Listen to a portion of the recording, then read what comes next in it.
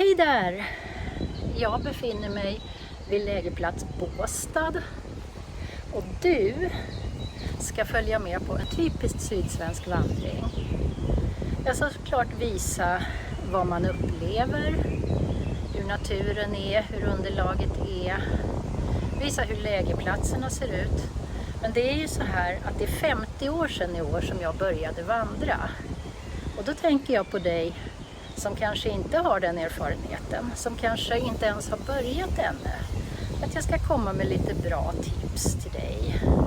Så vare sig du är 15 som jag var då, eller 50 eller 65, det är aldrig för sent att börja.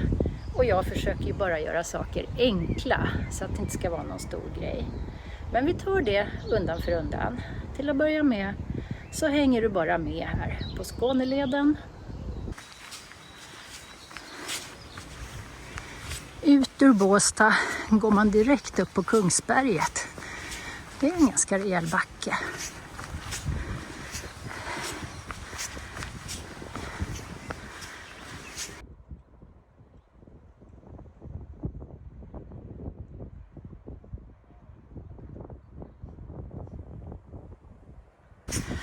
Det här är inte vår favorit på leder. Landsväg över öppna fält. Och speciellt inte som här när det är asfalt. Men nu får man räkna med på de här lederna att det är så ganska mycket.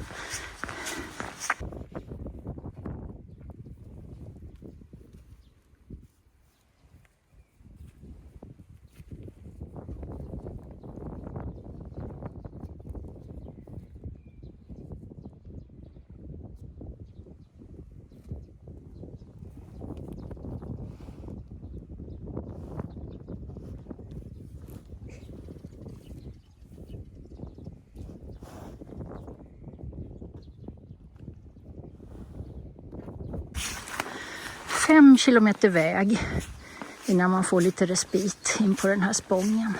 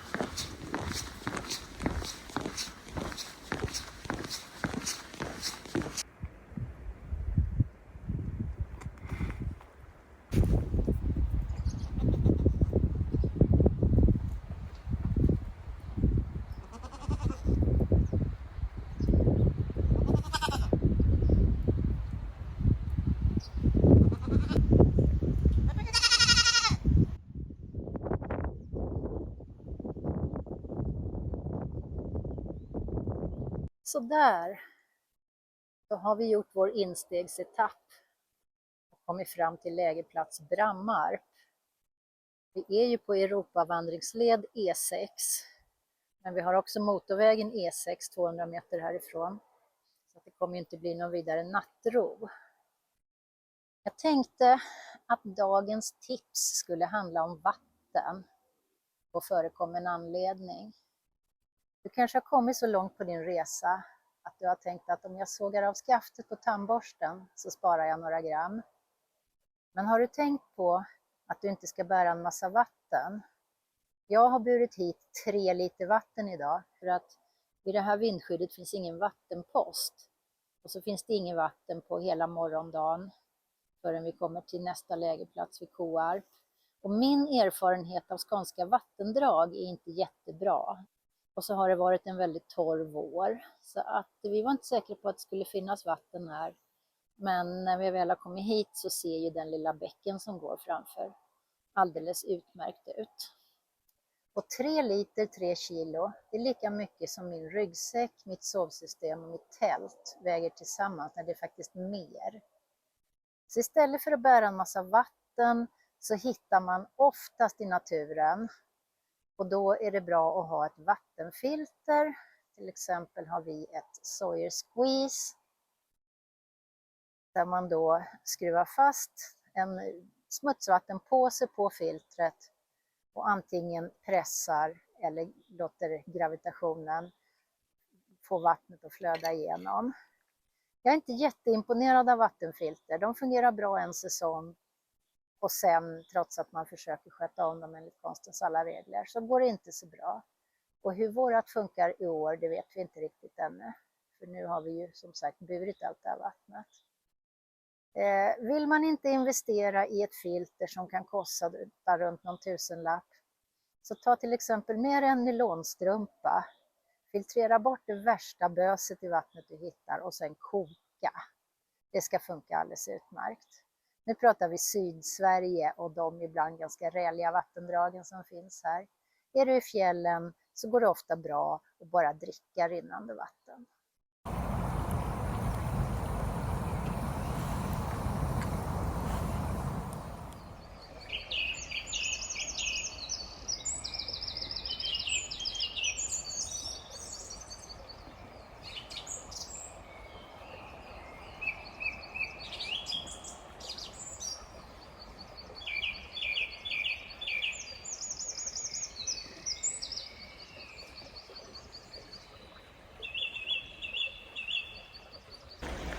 God morgon! Idag är det regndrissel och vänta hela dagen.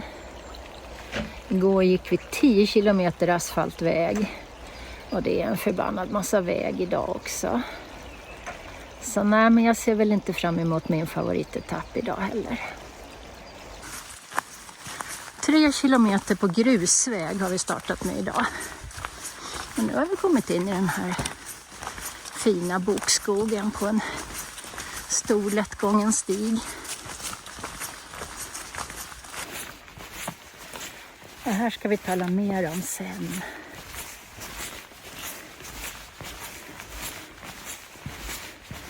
Så här kan det vara ibland. Det kan vara värt att tänka på om man går med hund till exempel.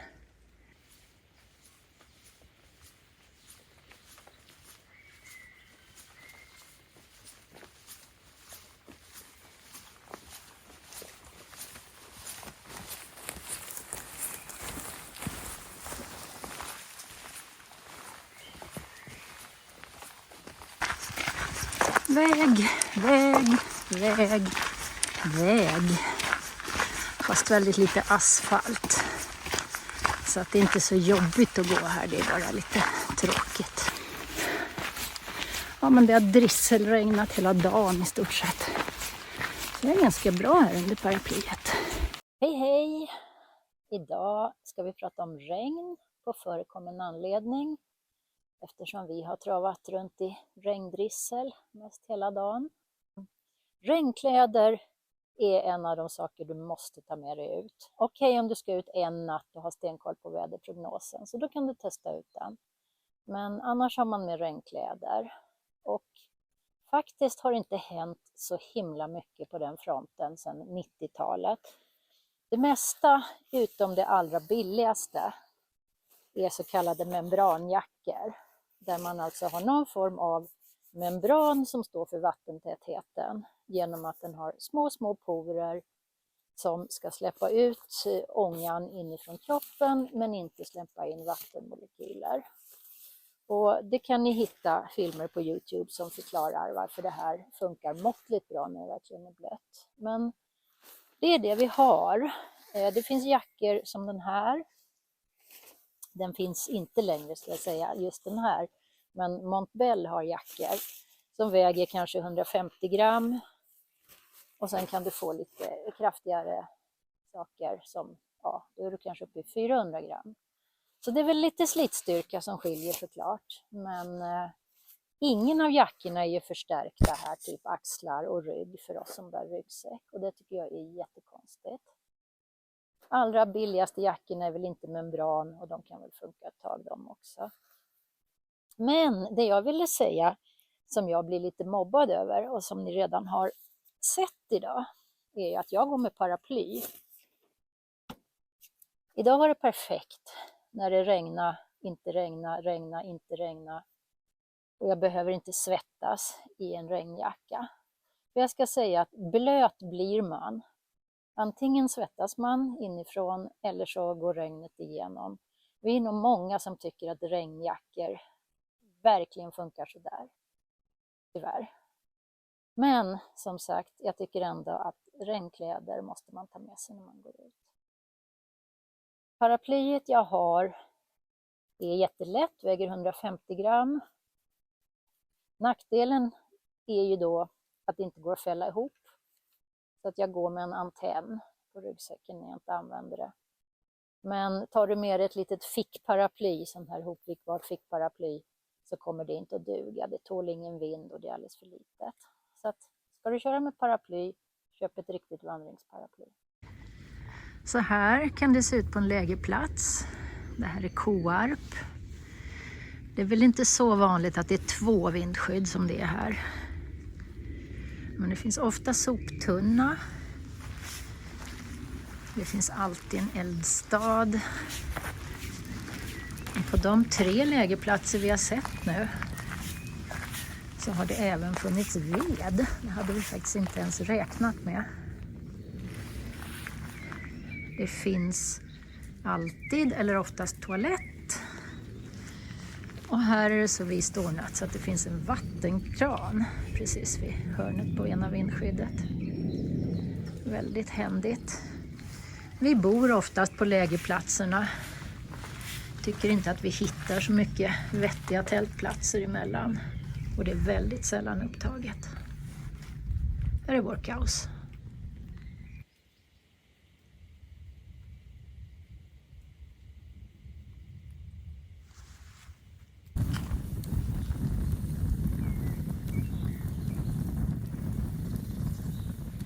God morgon!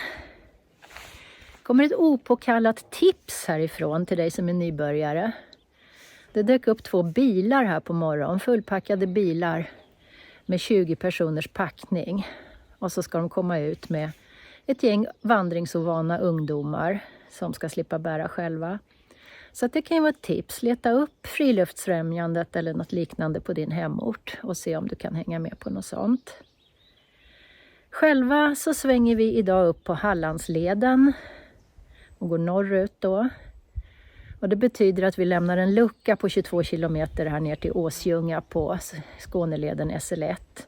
Annars har vi, nu minns jag faktiskt inte var den börjar och slutar riktigt, men jag tror vi har gått hela SL1 förutom den biten. Vi är alltså i Koarp idag och kommer förmodligen att bara gå en kort bit till Ekegården. Men det har ju visat sig vara Kristihem, något vi inte tänkte på. Så att det kan ju dyka upp fler sådana här sällskap och då får vi väl improvisera utifrån det.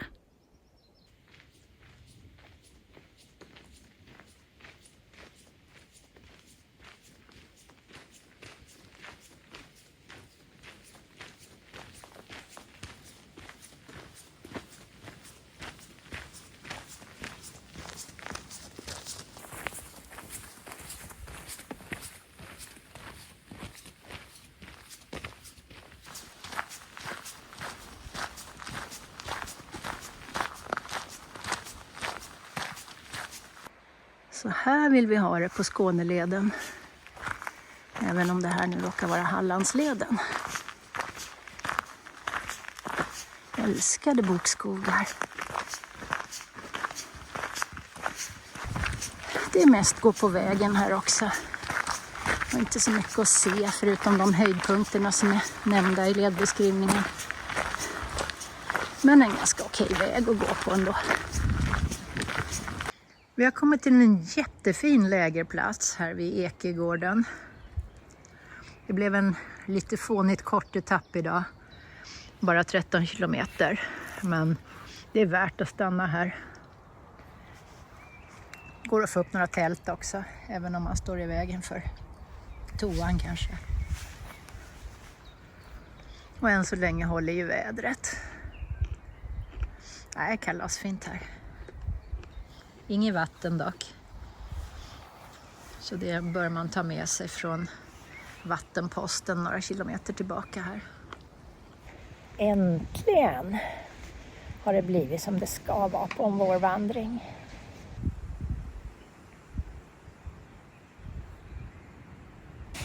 Uppe vid Kvarnen vid Smedjeån, några 100 meter uppströms, lyckades jag tvätta av mig lite. Men någon bra åtkomst till vattnet är det inte. Hej! Dagens tips som också vänder sig till dig som kanske inte ens har kommit igång med vandringen ännu. Jag själv började ju för 50 år sedan så att jag har både skaffat erfarenhet och prylar. Men egentligen så är ju min grundfilosofi att vandring ska vara någonting enkelt, någonting som man bara gör. Och då skulle jag säga att ska du ut och övernatta, förslagsvis då i ett sånt här vindskydd, så är det 3 saker du behöver. Och är du tonåring eller inte har så bra ekonomi eller du helt enkelt inte vill lägga så mycket pengar på någonting som du inte vet om du ska hålla på med, då tycker jag du kan prova. Du kanske kan låna av någon, det kanske går att hyra eller titta på begagnat marknaden. För det är ändå så med vandring som med allt annat att ju bättre grejer man har, ju roligare blir det. Och det har hänt rätt mycket de senaste 10-20 åren.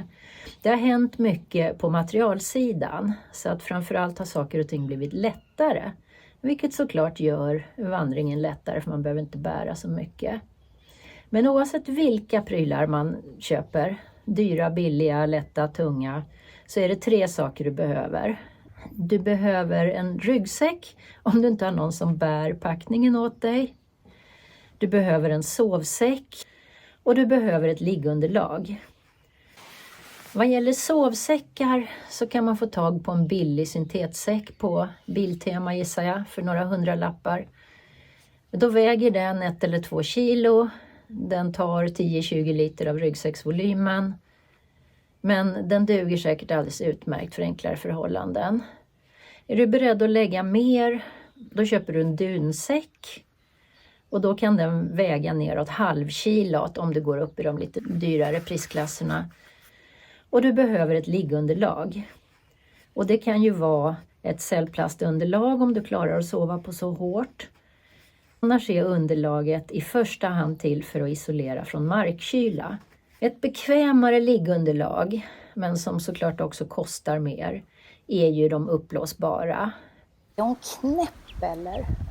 Man måste väl ha tält och kök? Jo, det måste man. Om man inte är säker på att man kan sova i ett vindskydd och inte klarar sig med en termos och kall mat.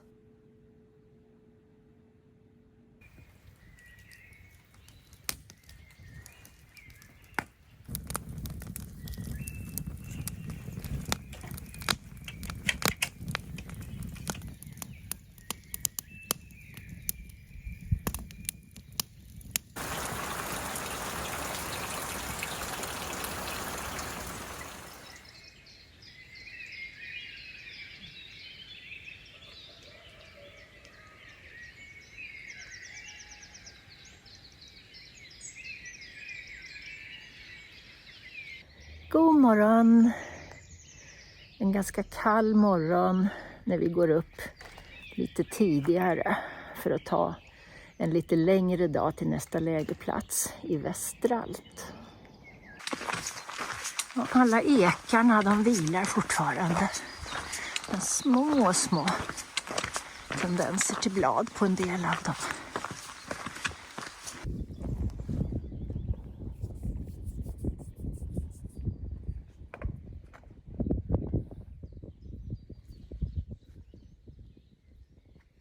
Inte det går in till polarna.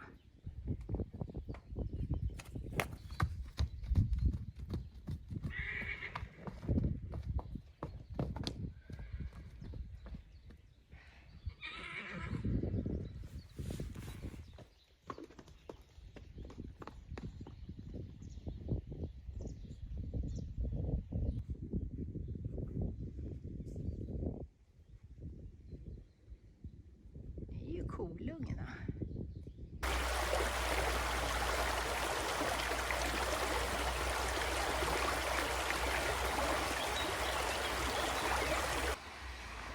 En riktigt trevlig sträcka här ut med Smedjeån faktiskt. Med en massa EU-finansierade informationsskyltar. Det var fint.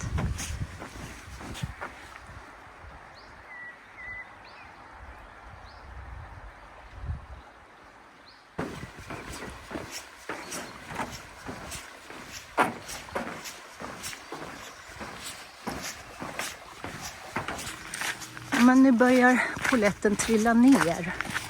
Att om man bara har vandrat här nere, då tror man att vandra är att gå på väg. Och då kan jag tipsa om att spana in mina 4 favoritleder. Sörmlandsleden, Bergslagsleden, Kyrstleden,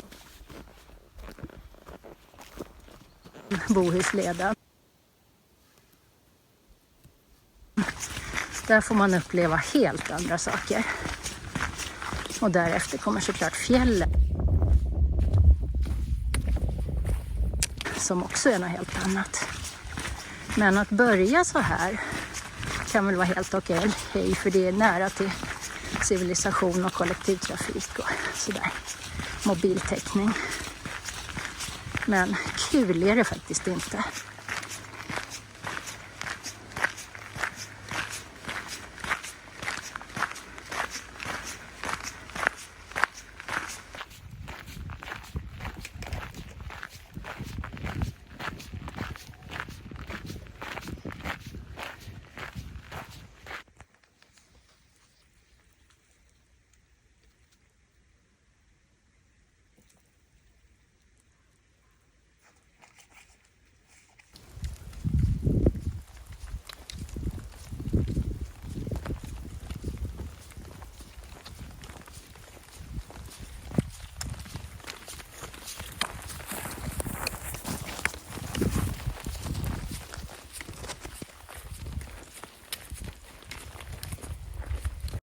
Hej, god kväll! Idag ska vi prata kläder. För dig som inte ännu vet om du tänker börja med vandring alltså, och inte vill lägga pengar och energi på att researcha det. Då finns det 2 saker du inte ska göra. Du ska inte ta med dig dina bomulls-t-shirts och inte dina jeans. För det är tunga kläder som aldrig torkar om de blir blöta. Utan du tittar istället i träningslådan om du har någon. Bland dina underställ, joggingbyxor, tights. Hittar saker i syntet, kanske merino om du är lycklig. Och då plockar du ut sånt du kan ha som du brukar idrotta i. Det går lika bra att vandra i det. Förutom det du då har på dig så tar du med dig torra kläder som du kan ha när du är i läger. Det kan ju bli blött både för att det regnar och för att du svettas. Och när du sover, när du är i läger och när du sover, du vill ha torra kläder. Men det kan vara i princip samma. Underkläder också syntet, undvik bomull. Vad gäller värmeplagg så tänk lite lager på lager. Ta hellre med fler tunna lager så att du kan anpassa efter vilken väderlek det blir. Än att ta en jättetjock tröja eller jacka som kanske blir för varm. Men med detta sagt så är det en sak jag vill rekommendera att man kanske ska titta på och köpa. Det är någon sån här tunn dunjacka som man tar med även när det är sommar. För gud vad det är skönt. Om temperaturen så är 15 grader så är det jättemysigt att krypa in i den. I alla fall för oss som är lite frusna av oss. Och vad gäller fötterna så hittar du säkert ett par bekväma gympadojor. Och ska du gå här i lågland, börja med dem. Ja, du kommer få blöta fötter. Men de flesta av oss dör inte av blöta fötter, åtminstone inte bara på några dagar. Så även det kan du hitta i garderoben. Det var allt för idag.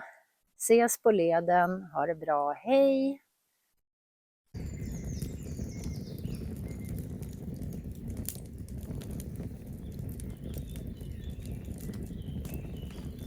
God morgon!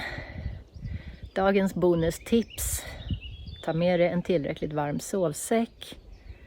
4 kalla nätter i rad. Börjar faktiskt ta ut sin rätt nu, känns det som. Jag är trött på att frysa.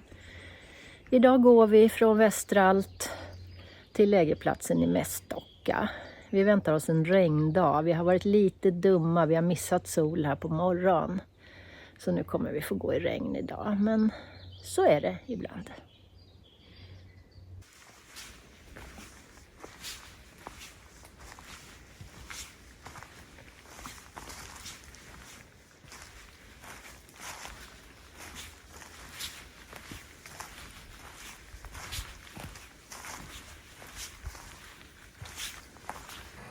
Här går vi över den sydligaste av Hallands stora åar, Lagan.